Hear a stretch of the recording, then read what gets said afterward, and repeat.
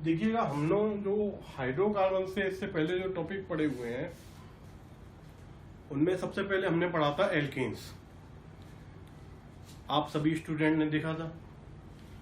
Alkanes में काफ़ी सारी जो रिएक्शंस थी जिनमें मेथड ऑफ प्रिपरेशन थे, Wurtz reaction, Frankland reaction, Corey House synthesis, इसके अलावा आपका Sabatier Senderens reaction, Clemmensen reduction, Wolff Kishner reduction, इसके अलावा हेलोजिनेशन, आपका ऑक्सीडेशन, आइसोमराइजेशन। इसके बाद हम आए थे एल्कीन्स में। एल्कीन्स में हमने उनके मेथड ऑफ प्रिपरेशन पढ़े थे, उनको किस तरीके से बनाया जा सकता है। इसके अलावा हमने उनके प्रॉपर्टीज पढ़ी थी। इन प्रॉपर्टीज में जो टू प्रॉपर्टीज हैं, जैसे कि Markovnikov rule, anti Markovnikov rule, ये जो रूल्स हैं ये आपका 12th के सेक्शन में भी हैं। जब आप 12th क्लास में होंगे उस सेक्शन में भी इस टाइप के क्वेश्चंस मिलेंगे, इस टाइप का कंसेप्ट मिलेगा। इसके अलावा आपका IIT है, नीट है, इन सभी में इन पर क्वेश्चंस आते हैं। तो आप जितना इनको प्रिपेयर करेंगे उतना ही ज़्यादा अच्छा है। गिरनार रीजन पे तो बोर्ड में भी आप पे क्वेश्चन जरूर आता है। इसके अलावा आता है आपका ओजोनोलिसिस। ओजोनोलिसिस पर नंबर ऑफ क्वेश्चन बनाए जा सकते हैं। आपको अगर उसका कंसेप्ट समझ में आ जाएगा तो आप किसी भी क्वेश्चन को आसानी से कर सकते हैं। आप जितने अच्छे से उसके कंसेप्ट को समझ लेंगे उतना ही आसान आपको ओजोनोलिसिस लगेगा। ओजोनोलिसिस पर आपको IIT, नीट और जितने भी एग्जामिनेशंस होते हैं या बोर्ड एग्जामिनेशंस होता है, ओजोनोलिसिस पर आपके पास क्वेश्चन आए। ओजोनोलिसिस आपका 12th क्लास में एल्डिहाइड, कीटोन्स, कार्बोक्सिलिक एसिड नाम से एक चैप्टर है, उस चैप्टर के अंतर्गत आता है, यानी वो बोर्ड में भी आता है। इसका मतलब है ये जो पूरी ऑर्गेनिक केमिस्ट्री है एक दूसरे से लिंक्ड है। आपको ये बात इतनी समझ में आ गई। तो आज आप जो पढ़ रहे हैं वही आपका 12th में भी है। यानी अगर आप यहाँ 11 में उस चीज को समझ लेते हैं, बेसिक्स को, तो आपको 12th में दिक्कत नहीं आएगी। इसके अलावा मैं आपको बता दूं, जो कन्वर्जन्स हैं आपके 12th क्लास में, उन कन्वर्जन्स के लिए आपको हाइड्रोकार्बन्स को अच्छे से करना जरूरी है। जितना आपका अच्छा हाइड्रोकार्बन होगा उतने ही आपके कन्वर्जन्स होंगे, उतनी ही आसानी से वो कन्वर्जन्स कंप्लीट हो सकते हैं और number of questions in convergence पर आते हैं। नेक्स्ट इसमें टॉपिक आता है एल्केन्स। एल्कीन्स के बाद आता है एल्काइंस। एल्काइंस जैसे हम लोगों को नाम से मालूम है, जब एल्क ग्रुप के साथ YNE लगता है, YNE डिनोट करता है आपका ट्रिपल बॉन्ड को। किसको डिनोट करता है? ट्रिपल बॉन्ड को। तो अब नेक्स्ट आता है आपका एल्काइंस।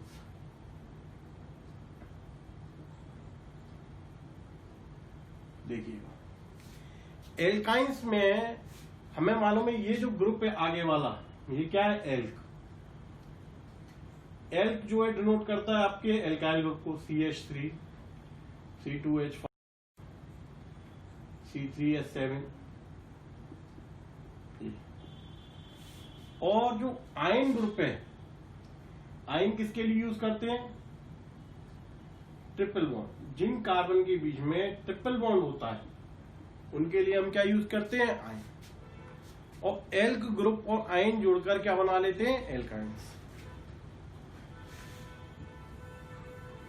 अब देखिए, फॉर एन एग्जाम्पल, हमारे पास CH ट्रिपल बॉन्ड CH है। यहां इन दोनों कार्बन्स के बीच में ट्रिपल बॉन्ड जुड़ा हुआ है।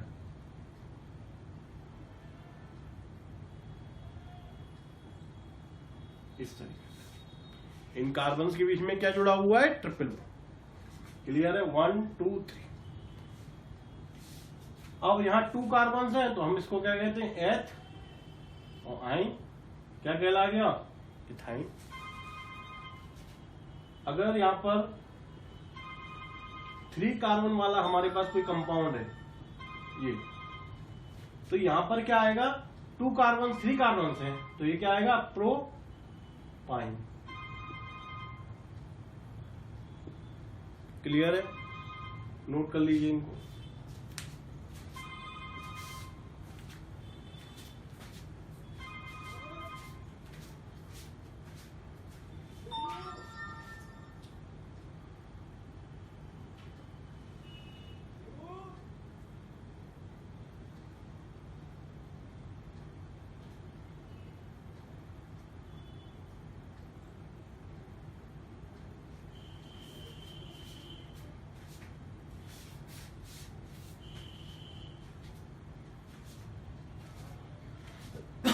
इसके बाद आते हैं हम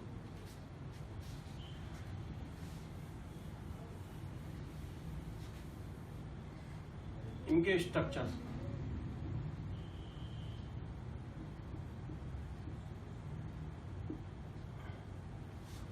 अब हमें मालूम है कार्बन और कार्बन के बीच में क्या बॉन्ड है? ट्रिपल बॉन्ड है। देखिए इस टाइप से कार्बन और कार्बन के बीच में कैसा बॉन्ड है? Triple bond. हमें मालूम है पिछले वाले टॉपिक में मैंने ये बताया था कि जहां डबल बॉन्ड थे वहां पर एक सिग्मा बॉन्ड था और एक पाई बॉन्ड था। यहां जो है ट्रिपल बॉन्ड के अंदर एक तो होता है सिग्मा बॉन्ड और 2 होते हैं पाई बॉन्ड्स। सिग्मा बॉन्ड जो है वो सिग्मा इलेक्ट्रॉन से मिलकर बनते हैं, जबकि पाई बॉन्ड्स जो है वो पाई इलेक्ट्रॉन से मिलकर बनते हैं। सिग्मा इलेक्ट्रॉन किससे मिलकर बनते हैं? Sigma electrons. Pi electron pi bond से मिलकर, पाई इलेक्ट्रॉन से मिलकर बनते हैं। यानी कि इन बॉन्ड फॉर्मेशन में जो इलेक्ट्रॉन्स पार्टिसिपेट करते हैं उनको भी हम सिग्मा और पाई इलेक्ट्रॉन्स कहते हैं। सिग्मा बॉन्ड को हम जानते हैं कि सिग्मा बॉन्ड जो है वो एसएस ओवरलैपिंग के कारण बनता है, जबकि पाई बॉन्ड जो है वो पीपी ओवरलैपिंग के कारण बनता है। आप देखेंगे जो कार्बन है उसके जो एस लोब्स हैं ये, उनके बीच में ओवरलैपिंग पाई जाती है। देखो यहां ये ओवरलैपिंग है, इसको कहते हैं एसएस ओवरलैपिंग। इस ओवरलैपिंग के कारण ही सिग्मा बॉन्ड्स का फॉर्मेशन होता है। यानी कि जो सिग्मा बॉन्ड फॉर्मेशन है वो एसएस ओवरलैपिंग के कारण जनरेट होता है। तो एक तो स्ट्रक्चर ये रहा। इसके अलावा जो पाई बॉन्ड्स हैं उनको देख लीजिए किस तरीके से फॉर्मेशन होता है। पाई इलेक्ट्रॉन का फॉर्मेशन पीपी ओवरलैपिंग के कारण होता है।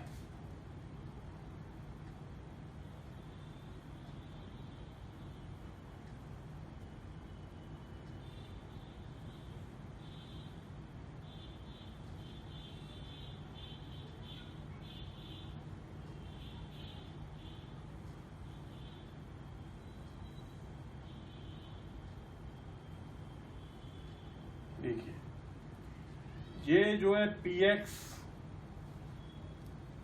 ऑर्बिटल से बने हुए हैं, ये py ऑर्बिटल से बने हुए हैं। ये जो लोब्स हैं एक दूसरे से जुड़े हुए होते हैं। ये वाले ये py है, ये भी py है, और ये जो px लोब है px से जुड़े होते हैं इस तरीके से।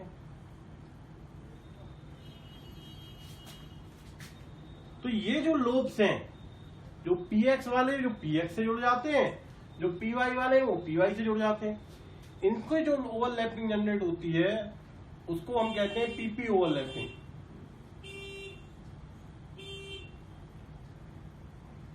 और इससे जो बॉन्ड जनरेट होता है उसको हम क्या कहते हैं? Pi bond.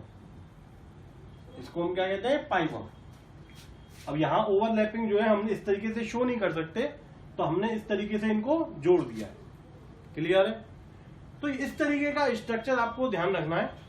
जब भी आपसे सिग्मा बॉन्ड का स्ट्रक्चर, एल्काइन का स्ट्रक्चर पूछेगा तो ए पार्ट में तो आप ये बनाइएगा और बी पार्ट में ये वाला पॉइंट।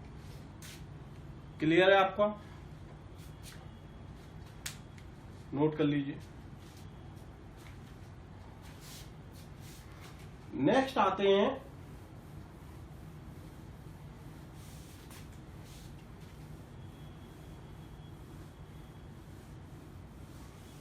इनके मेथड ऑफ प्रिपरेशन पे। हम इनको बनाएंगे कैसे? तो हम लिखेंगे यहां पे मेथड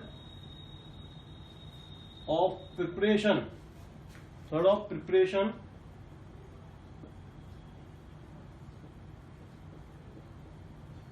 ऑफ एल्काइंस।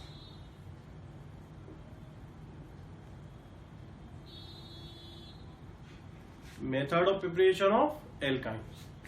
हमें क्या लिखना है यहां पर? Method of preparation of alkynes. Alkynes को किस तरीके से हम बना सकते हैं।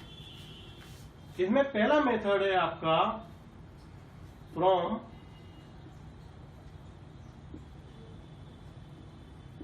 Calcium carbide, from calcium carbide. इसको हम कैल्शियम कार्बाइड से बना सकते हैं। आप लोगों ने जो साइकिल वाले जो होते हैं, जो साइकिल का पंचर वगैरह सही करते हैं, साइकिल की रिपेयरिंग करते हैं,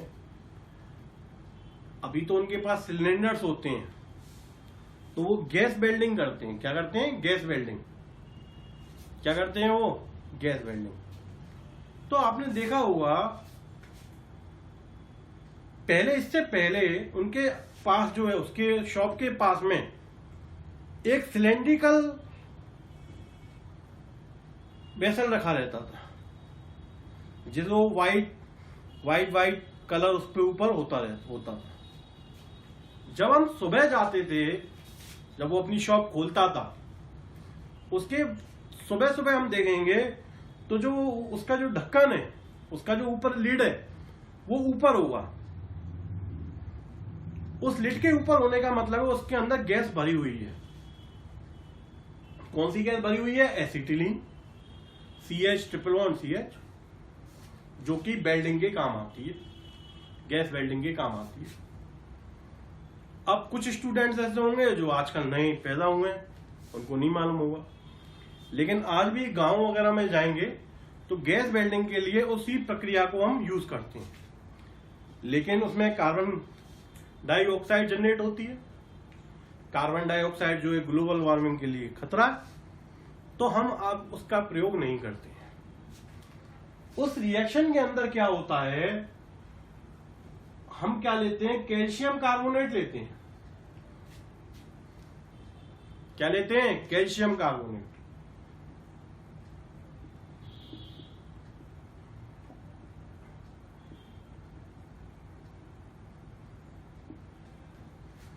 कैल्शियम कार्बोनेट, लाइमस्टोन। जब हम इसको हीट करेंगे, कैल्शियम कार्बोनेट को जब भी हीट करते हैं तो हमें कैल्शियम ऑक्साइड मिलता है। क्या मिलता है? Calcium oxide.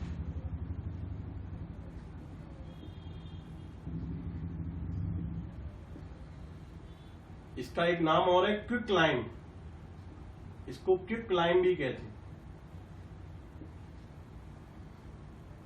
और कार्बन डाइऑक्साइड जो है इससे जनरेट होती है, जो कि उड़ जाती हो। ये जो कैल्शियम ऑक्साइड बना है, ये कैल्शियम ऑक्साइड कार्बन के साथ हम इसको मिलाते हैं, जिससे कि कैल्शियम कार्बाइड बनता है और कार्बन मोनोऑक्साइड बनता है। ये क्या कहलाता है? Calcium carbide. ये काफी सारे स्टूडेंट जो हैं प्रैक्टिकल्स में भी इसका यूज करते हैं। प्रैक्टिकल्स में क्या करते हैं, एक बोतल लेते हैं, उस बोतल में कैल्शियम कार्बाइड डाल देते हैं और दूसरी बोतल में वाटर डाल देते हैं। और जब वो गैस जनरेट होने लगती है, गैस बनने लगती है, तो उसको पाइप के थ्रू निडल तक लाते हैं, और जब हम उसका टैप खोलते हैं, उसको इग्नाइट करते हैं, जलाते हैं, तो वो बहुत अच्छे तरीके से जलती है। लेकिन ये जो आप एक्सपेरिमेंट करेंगे, ये जो है आप किसी के ऑब्जर्वेशन में करें, क्योंकि इससे आग लगने का खतरा हो जाता है। तो ये जो कैल्शियम कार्बाइड है, इसके अंदर वाटर डाल देते हैं। क्या डाल देते हैं? वाटर।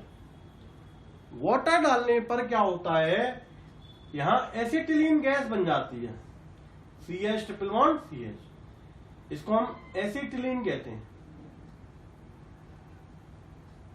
गैस। एसिटिलीन गैस जो है वेल्डिंग के लिए काम आती है। ये जो है 2000 डिग्री सेल्सियस तक का टेम्परेचर जनरेट करती है, प्लस इसके साथ साथ कैल्शियम हाइड्रोक्साइड भी बन जाता है। ये जो है स्लेक्ड लाइम कहलाता है।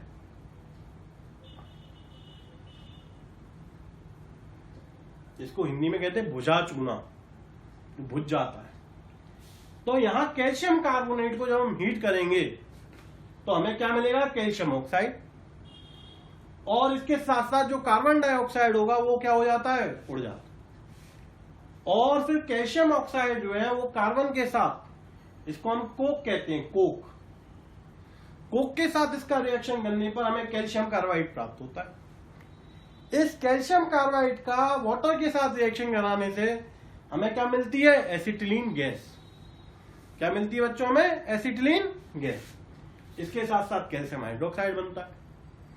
ये कैल्शियम हाइड्रोक्साइड ही उस डिब्बे के ऊपर लगा रहता है, जिससे कि वो व्हाइट कलर का हमें नजर आता है। आप देखिएगा गांव वगैरह में आप कभी जाते हैं, गाड़ी से जा रहे हो या बस से जा रहे हो, ट्रेवल कर रहे हो, तो आप देखिएगा वहां साइकिल की पंचर की दुकान के पास ही एक राउंड टेबल में डिब्बा सा लगा रहता है। सुबह के टाइम में उसमें वो एसिटिलीन गैस बना लेता है, तो उसका जो पिस्टन है वो ऊपर हो जाता है, और शाम तक जैसे जैसे वो गैस को खत्म करता जाता है, वैसे वैसे वो पिस्टन क्या होता है? डाउन होता है। तो ये एक तरीका है जिससे हम एसिटिलीन गैस को बना सकते हैं। क्लियर है? नोट कर लीजिए। इसके अलावा एक और मेथड है जो आपका इंपॉर्टेंट है।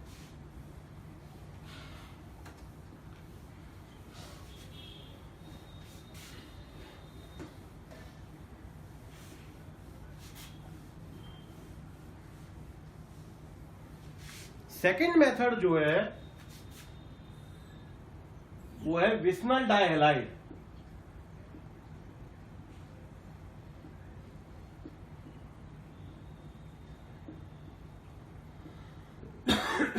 विस्नल डाइहैलाइड जो होते हैं वो इस टाइप की रिएक्शंस को दे सकते हैं। विस्नल डाइहैलाइड के बारे में तो मैं बता चुका हूं। मैंने कहा था विस्नल मतलब वी, इसका जो प्रोनाउंसिएशन स्टार्ट होता है वो किससे होता है? वी से। तो यहां अगर अलग अलग कार्बन एटम पर हेलोजन ग्रुप जुड़े हों, उस कंडीशन में हम उसको क्या कहते हैं? विस्नल डाइहैलाइड। क्या कहते हैं इनको? विस्नल डाइहैलाइड। इनको हम क्या कहते हैं? विस्नल डाइहैलाइड। अब देखिएगा, जैसे हमने ले लिया CH2Cl, सिंगल बॉन्ड CH2Cl, यही तो लिया। अब हम इसका बीटा एलिमिनेशन रिएक्शन कराते हैं। आप लोगों को बीटा एलिमिनेशन रिएक्शन नहीं मालूम है? जब हम बीटा कार्बन से हाइड्रोजन हटता है और अल्फा कार्बन से हेलोजन हटता है, उस रिएक्शन को हम क्या कहते हैं? Beta halogenation reaction, beta elimination reaction, sorry. उस बीटा एलिमिनेशन रिएक्शन के कारण हम एसिटिलीन भी बना सकते हैं। एल्कीन तो बना ही सकते हैं, उसके अलावा हम एसिटिलीन को भी बना सकते हैं। देखिएगा, सबसे पहले हम एक्वस KOH का यूज करते हैं।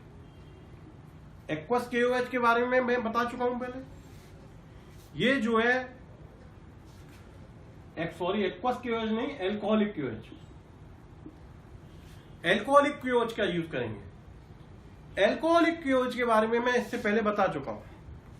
ये जो है डिहाइड्रो हेलोजिनेटिंग एजेंट है। अब क्या होता है, हमने इसको अल्फा मान लिया, इसको बीटा मान लिया पहले, तो बीटा कार्बन से तो हमने हाइड्रोजन हटा दिया देखिए, और अल्फा से क्या हटा दिया हमने, हेलोजन, तो यहां क्या आ जाएगा, डबल बॉन्ड। इसके बाद दोबारा से हम इसका सोडामाइड से रिएक्शन कर देंगे। सोडामाइड जो है ये भी क्या है, डिहाइड्रो हेलोजिनेटिंग एजेंट।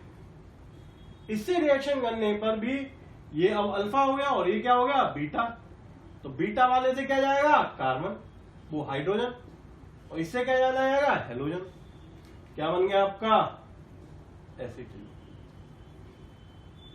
जो कि इथाइन बन गया। क्या बन गया, तो ये 2 मेथड्स हैं जिनसे हम ट्रिपल बॉन्ड कंपाउंड्स को बना सकते हैं। इसके अलावा और भी मेथड्स हैं जिनसे हम इनको बना सकते हैं, जो हम पहले पढ़ चुके हैं, उन्हीं के बेसिस पर हम इनको बना सकते हैं। तो जैसे जैसे क्वेश्चंस आएंगे वैसे वैसे आपको मालूम पड़ता है। क्लियर। इसके बाद आते हैं इनकी प्रॉपर्टीज पर।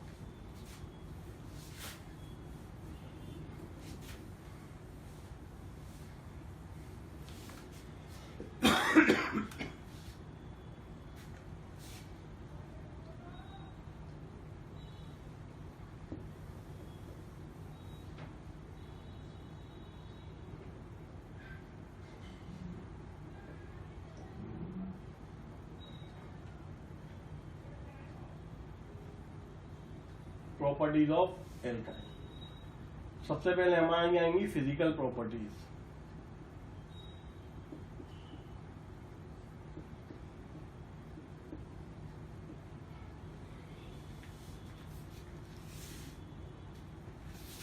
देखिए सबसे पहला पॉइंट, इसके जो फर्स्ट 3 मेंबर हैं वो गैसेस स्टेट में पाए जाते हैं।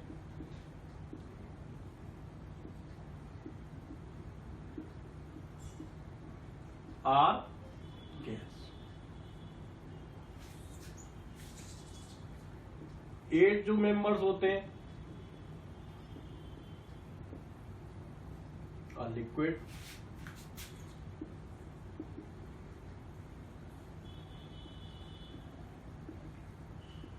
Above are solid. इससे ऊपर जो होंगे वो किस फॉर्म में पाए जाएंगे, सॉलिड। जो इथाइन है इसका स्पेसिफिक ओडर होता है,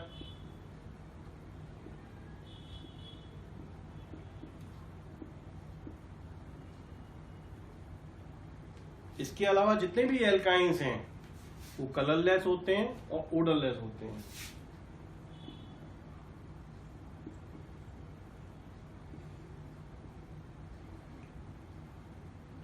आर कलरलेस एंड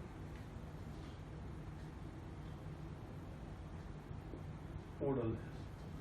बाकी के जितने भी एल्काइंस हैं वो कलरलेस होते हैं, इसके अलावा वो कैसे होते हैं, ओडरलेस होते हैं।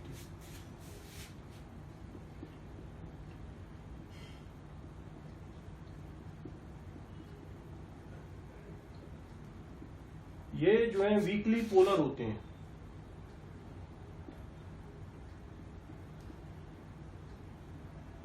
ये कैसे होते हैं, वीकली पोलर।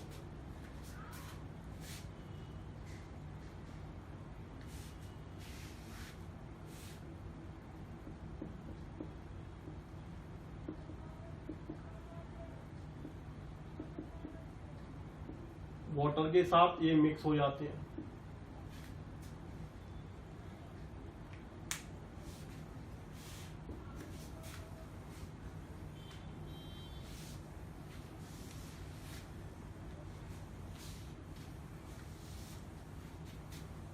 इसके अलावा ये एसिडिक प्रॉपर्टी शो करते हैं।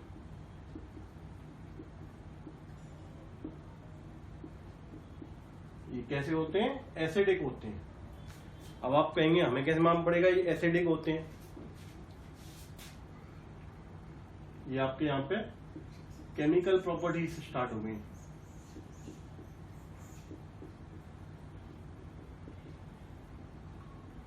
जितने भी एल्काइंस होते हैं they have a reactive hydrogen. एक इनके पास रिएक्टिव हाइड्रोजन होते हैं।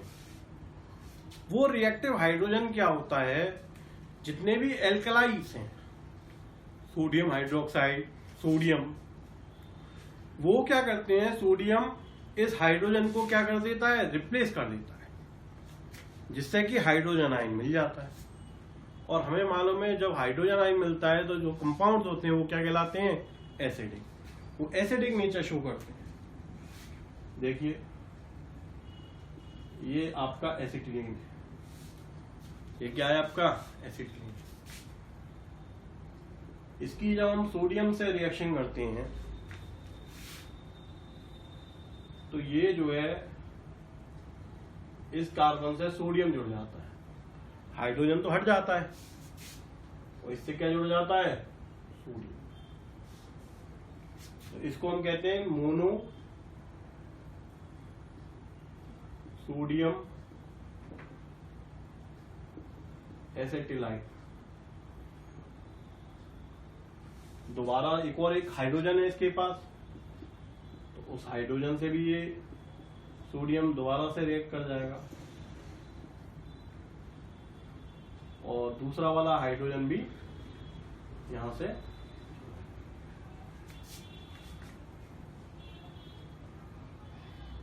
तो ये क्या जाएगा, डाई सोडियम एसिटिलाइट।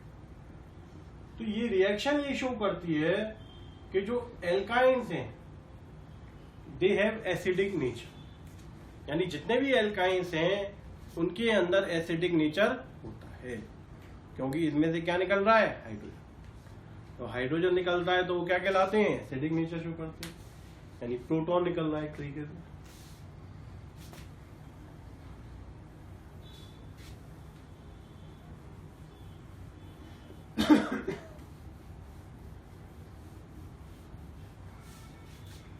नेक्स्ट आता है इसी में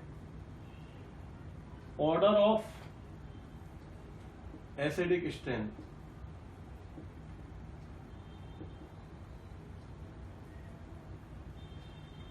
देखिए अगर हम एल्कीन, एल्काइंस और एल्केन्स की बात करते हैं तो ये क्या है, एल्काइंस,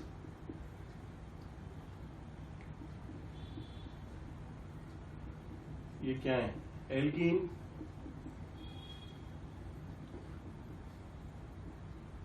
ये क्या है, एल्केन्स,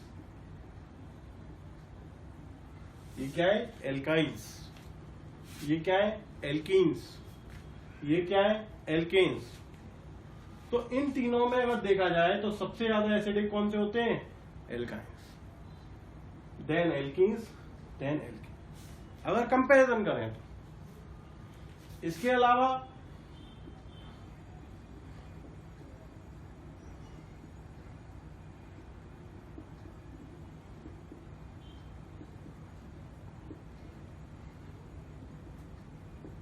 जैसे जैसे कार्बन का नंबर बढ़ेगा एसिडिक स्ट्रेंथ जो है कम होती जाएगी। जैसे जैसे कार्बन का नंबर बढ़ रहा है एसिडिक स्ट्रेंथ क्या होती आ रही है, कम होती आ रही है। सबसे ज्यादा एसिडिक स्ट्रेंथ किसकी है, एसिटिलीन इस वाले की, 2 कार्बन वाले की, उसके बाद 3 कार्बन वाले की, उसके बाद 4 कार्बन वाले की। क्लियर है। यहां आपको ध्यान रखना है एल्काइन जो है सबसे ज्यादा एसिडिक होते हैं, then alkene, then alkanes, note कर लीजिए।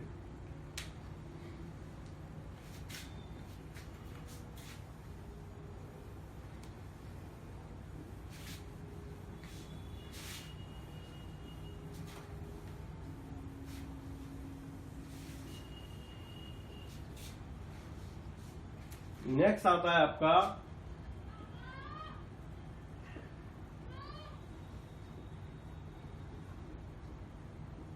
Addition reaction.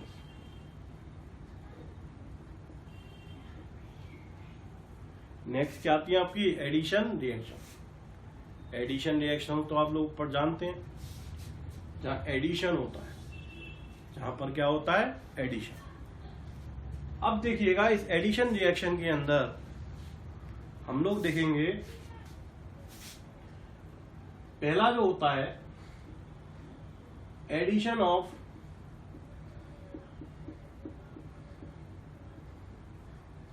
हाइड्रोजन। पहला क्या है इसमें, एडिशन ऑफ हाइड्रोजन, यानी हाइड्रोजन का एडिशन। हाइड्रोजन का एडिशन, हाइड्रोजन के एडिशन में आप देखिएगा, जैसे हमारे पास है acetylene CH triple bond CH plus H2,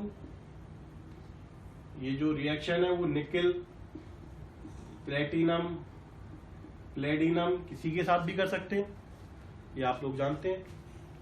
इन दोनों कार्बन से एक एक हाइड्रोजन जुड़ जाएगा, एल्कीन बन जाएगा, और दोबारा हम इसकी हाइड्रोजन से रिएक्शन करेंगे तो ये क्या बन जाएगा, एल्कीन।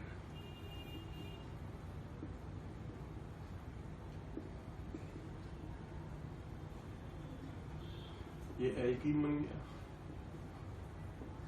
क्लियर है। यानी एसिटिलीन का जो हाइड्रोजनेशन है, एडिशन ऑफ हाइड्रोजन है, वो एल्कीन बनाता है, और एल्कीन का हाइड्रोजनेशन करने पर एल्कीन मिल जाता है। तो जो मेन प्रोडक्ट मिलेगा वो आपका क्या मिलेगा, एल्कीन। क्लियर है।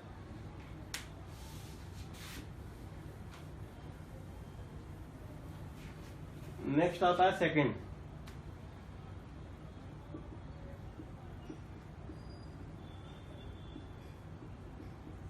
एडिशन ऑफ हेलोजन, यानी जो हेलोजन्स हैं उनका एडिशन किस तरीके से होता है।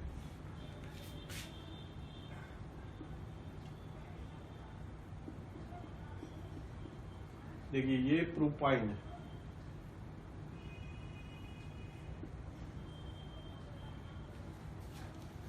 इसका जब हम हेलोजिनेशन करेंगे, हमें मालूम है जिस पर कम हाइड्रोजन होंगे, ये दोनों कार्बन में से किस पर कम हाइड्रोजन है, मिडिल वाले पर। इस पर तो हेलोजन, इससे हेलोजन जाके जुड़ जाएगा, एक हेलोजन किससे जाके जुड़ जाएगा, इस वाले कार्बन से। इसके अलावा दोबारा जब हम क्लोरीन के साथ रिएक्शन करेंगे, उस कंडीशन में एक तो ऊपर जुड़ा हुआ है, एक नीचे वाला आ जाएगा। इसी तरह यहां पर भी एक ऊपर और एक, ये आपका प्रोडक्ट बन गया।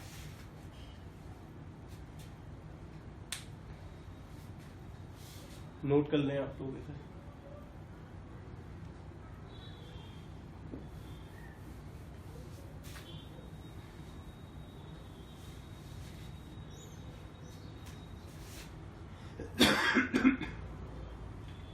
नेक्स्ट आता है थर्ड, एडिशन ऑफ हाइड्रोजन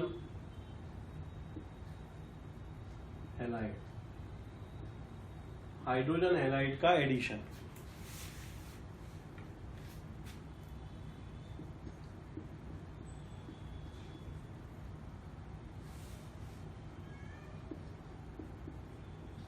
देखिए, यानी एक कार्बन से हम हाइड्रोजन जोड़ेंगे, दूसरे वाले से हेलोजन जोड़ देंगे।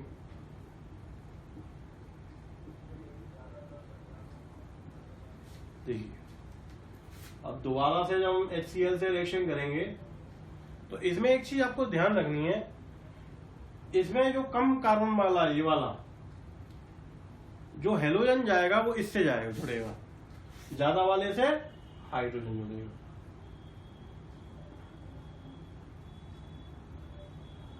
इस तरीके से ये पॉइंट आपको ध्यान रखना है। इससे हेलोजन जुड़ा हुआ है, इन दोनों कार्बन में से जिसके पास कम हाइड्रोजन है उससे हेलोजन जाके जुड़ जाएगा, और सामने वाले से हाइड्रोजन। नोट कर लें।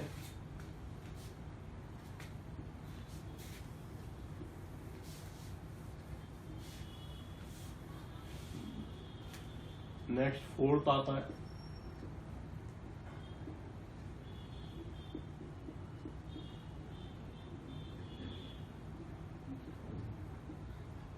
एडिशन ऑफ वाटर, वाटर का एडिशन।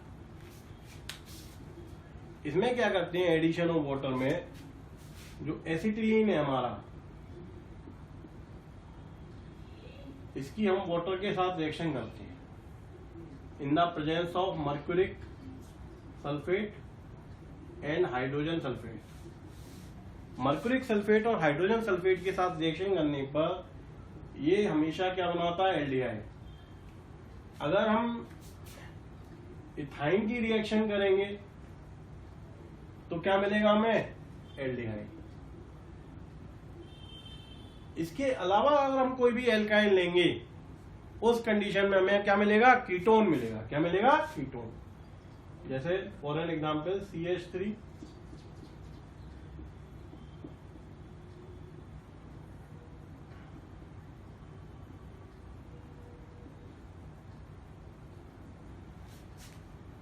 देखिएगा ये CO एक कीटोन है।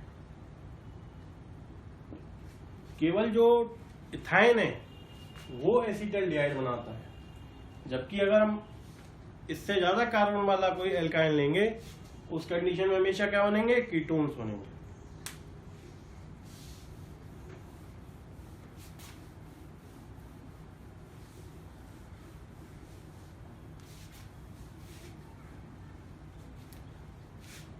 नेक्स्ट आता है आपका पॉलीमराइजेशन।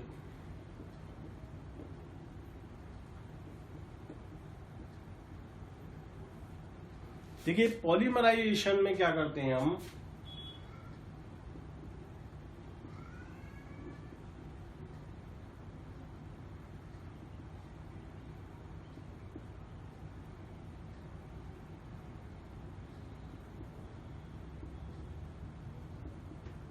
ये हमारे पास 3 मोल्स एसिटिलीन के A1 2 3 है या नहीं है।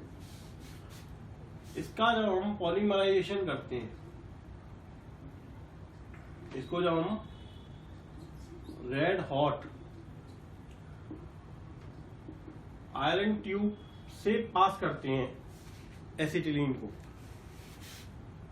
ये बेंजीन बना लेता है। क्या बना लेता है, बेंजीन।